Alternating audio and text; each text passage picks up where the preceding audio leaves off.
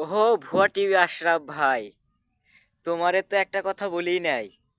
তুমি যে এই যে মাসের মাঝারে মাঝে যে হাগো আর এই যে মাসের সরিষা খেতে যে হাগো, মাসে কিন্তু এখন তোমারে দেখলে বাইরাবো।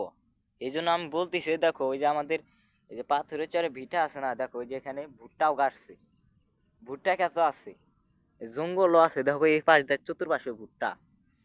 তুমি মাসের ভুট্টা খেতে না হাগি হাগি আমাদের এই যে এখানে পাথরের চর যে পূর্ব পাশে ভিটা আছে, এখানে আইসো।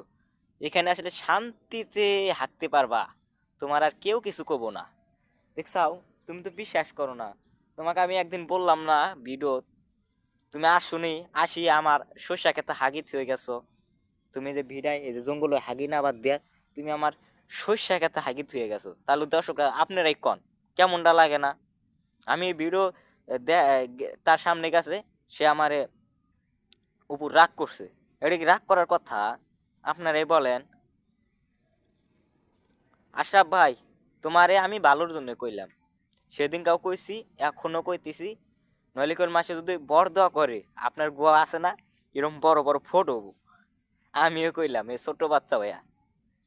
হ্যাঁ, আপনি যদি না মানেন আমার কথা, তাহলে আপনার বিপদ হবে। আর যদি মানেন, আপনার ভবিষ্যৎ ভালো। আর যদি ওল্লাই যদি মাসের মাঝানো যদি আইকা ধরা পড়েন, তাহলে আপনার ভবিষ্যৎ অন্ধকার।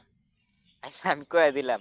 তাহলে মাসের মাঝার মাঝারে না হাগির সাথে আমাদের এই যে ভিটায় আসেন, ভুট্টা খেত আছে, জঙ্গল আছে, নিরাপদে হাঁকবেন। যদি কেউ কিছু কয়, সেটার ভাড়া আমি নিব, আপনার চিন্তা করা লাগবো না। আপনি আইসা পড়েন।